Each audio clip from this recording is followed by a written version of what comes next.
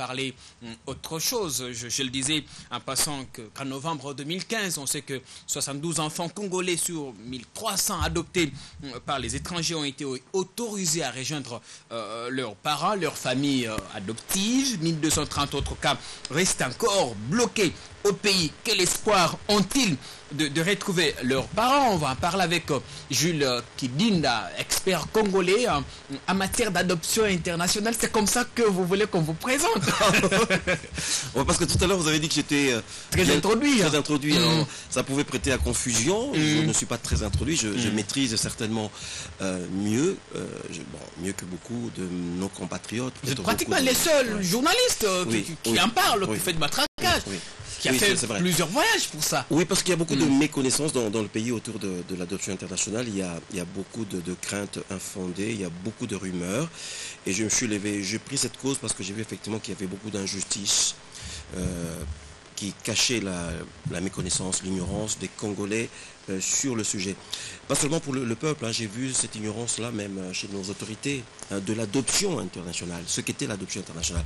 Donc, connaissant un petit peu le sujet, parce que c'est vrai que je suis juriste de formation, et donc je connaissais la procédure et de l'adoption internationale, je suis mieux pour en parler.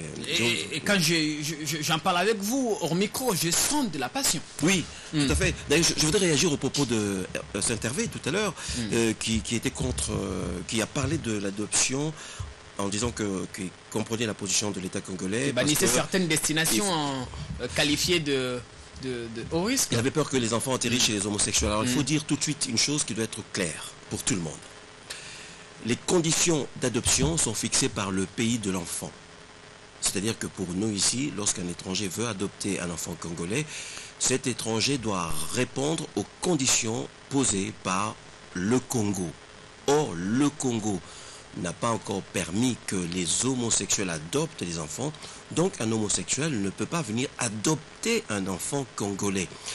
D'autres pays dans le monde le font, l'acceptent. Donc un homosexuel, un couple homosexuel qui veut adopter un enfant, ira dans un autre pays que la RDC. Donc rappelez-vous que les conditions d'adoption d'un enfant sont toujours posées par la loi, par le pays de l'enfant en question. Donc il n'y a même pas de risque qu'un homosexuel vienne ici au Congo. Parce que déjà en amont, dans le pays de l'adoptant, les États-Unis, la France, le Canada, l'Italie, la Suisse, dans ces pays-là, on sait que le Congo n'accepte pas de donner ses enfants aux homosexuels, donc ces pays-là ne présenteront jamais des candidats adoptants homosexuels. C'est clair. Donc tout ce qui est dit sur les homosexuels, c'est vraiment de l'ignorance, de l'adoption internationale, et c'est dit pour faire peur gratuitement aux gens. C'est pour ça que je m'élève contre ça. Merci beaucoup. On sait qu'en novembre, Jules, vous avez accompagné une délégation, 72 enfants au total sur les 1300 qui avaient été autorisés de rejoindre leur famille d'accueil. On sait qu'il y a encore environ 1230 autres cas qui restent bloqués ici à Kinshasa. Tout dépendait en fait du projet de loi sur l'adoption qui devait être déposé sur la table du bureau de l'Assemblée nationale. Les parlementaires sont allés en vacances. Le projet n'a pas été déposé, c'est-à-dire que les dossiers des enfants adoptés donc renvoyés à la prochaine session, la session de mars. Rappelons les faits. C'est le gouvernement congolais, lorsque le ministre de la Justice annonce la libération de ces 72 dossiers, c'est le ministre de la Justice qui dit que plus aucun autre dossier ne sera examiné jusqu'à ce qu'un projet de loi sur l'adoption soit déposé à l'Assemblée nationale. C'est le ministre de la Justice qui le dit. Oui. Donc, il a conditionné l'examen de ces 1230 dossiers au dépôt sur le bureau de l'Assemblée nationale du projet de loi sur l'adoption. Je continue de parler.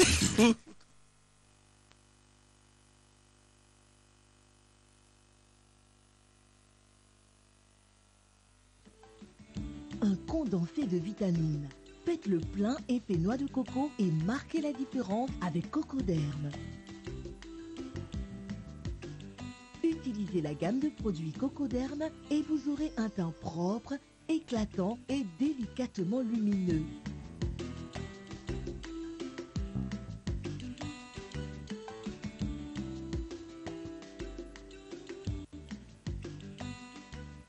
Cocoderm, parce que je suis unique.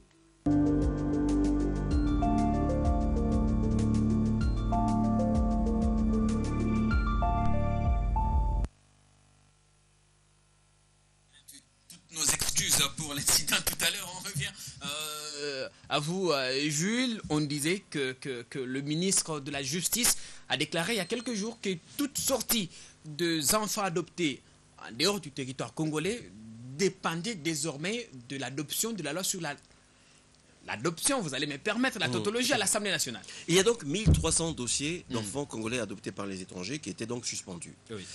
Sur les 1300 dossiers, il y a une commission qui a été mise en place, une commission interministérielle qui a travaillé pendant le mois de mai, qui n'a examiné que 100 dossiers sur les 1300 dossiers donc au total. C'est sur les 100 dossiers qui ont été examinés qu'on a tiré les 72 dossiers qu'on a libérés. Donc il restait près de 1230 dossiers encore à examiner. Le ministre, en faisant cette annonce de libération de 72 dossiers, subordonna l'examen de 1230 dossiers restants au dépôt sur le bureau de l'Assemblée nationale de ce projet de loi sur l'adoption. Alors vous l'avez dit, on est le 16 décembre. Les parlementaires ont fermé. Le projet de loi n'a pas été déposé. Il faut aussi vous dire que pour tous les parents adoptifs qui sont partout dans tous les pays que j'ai cités tout à l'heure, tous étaient penchés à ce dépôt de ce projet. Et nous espérions tous que ce projet allait être déposé avant le 15 décembre parce qu'il ressort des différentes entretiens que le président de l'Assemblée nationale a accordé à différentes délégations qui sont venues de différents pays adoptants de notre pays, que dès que ce projet de loi serait adopté, l'Assemblée nationale et son collègue du Sénat, Léon Kengoa Dondo, s'étaient presque mis d'accord pour que ce projet de loi soit examiné très rapidement. Il faut dire aussi que ces deux présidents de la Chambre basse et de la Chambre haute, sont des bons juristes, ils sont tous des très grands juristes. Tous les deux savaient que une nouvelle loi ne pouvait pas s'attaquer aux conséquences nées d'une ancienne loi. C'est-à-dire que la nouvelle loi qui serait adoptée n'aurait pas d'effet rétroactif. Donc tous les deux ne voyaient pas très bien comment on a lié le sort de 1230 dossiers qui contiennent des jugements rendus sous l'ancienne loi. Ils ne comprenaient pas très bien comment est-ce que ces dossiers-là pouvaient être examinés sous l'œil de la nouvelle loi. Donc il y avait quelque chose qui dérangeait tous les juristes. C'est pour ça que tous les deux présidents avaient dit, ok, nous attendons que ce projet de loi soit déposé à l'Assemblée nationale. Il est où? À quel niveau ce projet de loi? Toujours au niveau du gouvernement? D'après les renseignements que j'ai, mes renseignements sont précis, ce projet de loi a quitté le ministère de l'Intérieur, d'où il émane, parce que c'est un projet de loi fait par le vice-premier ministre, ministre de l'Intérieur. Le projet de loi a quitté le ministère de l'Intérieur. Il se trouve au niveau de la primature. Vous savez, lorsqu'un projet de loi sort d'un ministère, il va quand même chez le Premier ministre qui doit examiner également avant de l'aligner sur les sujets à discuter au Conseil de ministres. Voilà où se trouve le projet. Donc, alors, voilà. On va dire que ce sont tous les enthousiasmes qui se refroidissent un tout petit peu quand vous avez appris que les parlementaires vont aller en vacances sans avoir traité de cette question. Les enfants qui attendaient justement passer les fêtes de fin d'année dans leur famille adoptive. Oui. Et tout à fait. Donc il y a aujourd'hui dans toutes les capitales où les gens nous suivent aussi, il y a beaucoup de tristesse parce que les parents ne comprennent pas, comme j'ai expliqué tout à l'heure, ne comprennent pas, donc ils attendaient le dépôt de ce projet parce qu'on leur avait dit, écoutez, on comprend très bien qu'il n'y aura pas d'effet rétroactif. Ce qu'on va faire, on va créer dans cette nouvelle loi une disposition transitoire pour régler le sort de ces 1200. Donc il y a beaucoup de tristesse et tout le monde est accroché à Noël en espérant qu'effectivement le gouvernement congolais fera un geste pour que ces enfants retrouvent leur père, leur mère.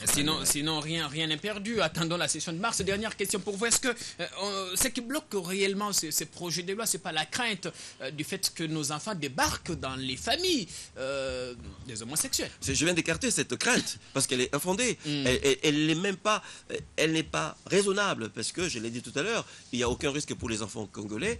Il faut aussi vous rappeler une chose qui est importante, Jean-Pierre Kayembe, c'est que le trafic d'enfants, parce que souvent ceux qui parlent contre l'adoption internationale évoquent souvent le trafic. Le trafic d'enfants, le fait de prendre un enfant qui n'est pas le vôtre, de l'amener en Occident et, je ne sais pas, le céder à une autre famille, ce n'est pas de l'adoption internationale.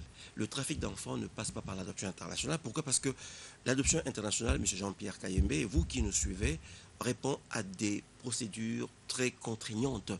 Les familles qui viennent adopter dans notre pays ici passent en amont dans leur pays 2 à 3 ans déjà pour obtenir un agrément d'adoption. Pour obtenir cet agrément, ses parents doivent démontrer qui seront des bons parents. Chose qu'on ne vous demande pas. Chose qu'on ne vous demande pas non plus quand vous draguez une fille au coin de la rue. Vous l'amenez, vous faites, bon, voilà. C'est extrêmement contraignant. On ne vous demande rien du tout. Mais à ces parents-là, on demande d'avoir une bonne tête, d'avoir des revenus suffisants, de s'entendre en couple et de montrer effectivement qu'ils ont préparer l'avenir de l'enfant. Et donc 2-3 ans passent déjà dans ces pays-là, en France, aux États-Unis, pour avoir cette autorisation, cet agrément d'adopter. Et quand ils viennent chez nous, ici, ils viennent pas directement chercher un orphelinat. Ils passent toujours par un intermédiaire qui est un organisme d'adoption. Et donc il y a tellement... C'est tellement encadré, il y a tellement de barrières qu'on ne peut pas tricher avec l'adoption internationale. Parce que ces gens-là laissent des empreintes partout où ils passent. Or, celui qui veut faire du trafic, Jean-Pierre Kayembe, un trafiquant ne va pas laisser de trafic, ne va pas laisser d'empreintes. Il cherchera justement à ne pas être identifié. Bien sûr que chez nous, on sait très bien qu'on peut corrompre, la corruption est présente dans notre pays. Un trafiquant peut toujours essayer de sortir avec un enfant. Pas en passant par l'adoption internationale où il va laisser des empreintes et pour être identifié. Et donc, il faut arrêter de dire que les enfants sont l'objet de trafic. Il faut arrêter parce que on se moque beaucoup de nous, on pense qu'on est ignorant de la matière. Et moi, ça me fait peur et ça me fait mal au cœur parce que je sais que nous sommes entourés des grands juristes. On ne peut pas associer l'adoption internationale au trafic d'enfants. On ne peut pas non plus dans notre pays penser que nos enfants peuvent être adoptés par des homosexuels parce que la loi congolaise l'interdit. Il faut arrêter de dire ça. C'est de la bêtise. Vous en profitez. Regardez la caméra en face de vous, passez message aux parents adoptifs qui vous regardent à travers les mondes, et également aux enfants qui attendent justement de rejoindre leur famille. Alors, les parents savent parce qu'ils sont souvent connectés à ma page Facebook, Jules Kidinda. Ils savent que je leur donne des nouvelles assez régulièrement. Nous nous battons parce que, effectivement, dans le pays, il y a des autorités qui ont compris cela. Il y a des autorités qui comprennent ce que c'est l'adoption internationale et qui ont compris que l'adoption internationale était une alternative. Une alternative lorsque, au niveau national, on n'a pas trouvé de solution à ces enfants orphelins, ces enfants qui n'ont rien demandé pour être orphelins. Donc c'est une solution et certaines autorités nous soutiennent. Parmi ces autorités, bien sûr, on a parlé tout à l'heure du président de l'Assemblée nationale, il y a bien sûr aussi l'honorable Pius Mwabelu qui soutient. Et ces personnes-là, ces autorités-là, essaient de convaincre la plus haute hiérarchie de notre pays, effectivement, que le trafic ne passe pas par l'adoption internationale et que l'adoption internationale est une Soyez bref, on n'a pas beaucoup de temps, Jules Kidinda. Merci beaucoup, on espère vous retrouver. Mais il ne faut pas m'inviter, quand vous m'invitez, j'ai beaucoup de choses à dire. C'est que vous êtes un orateur hors pair. Merci beaucoup d'être passé à nous.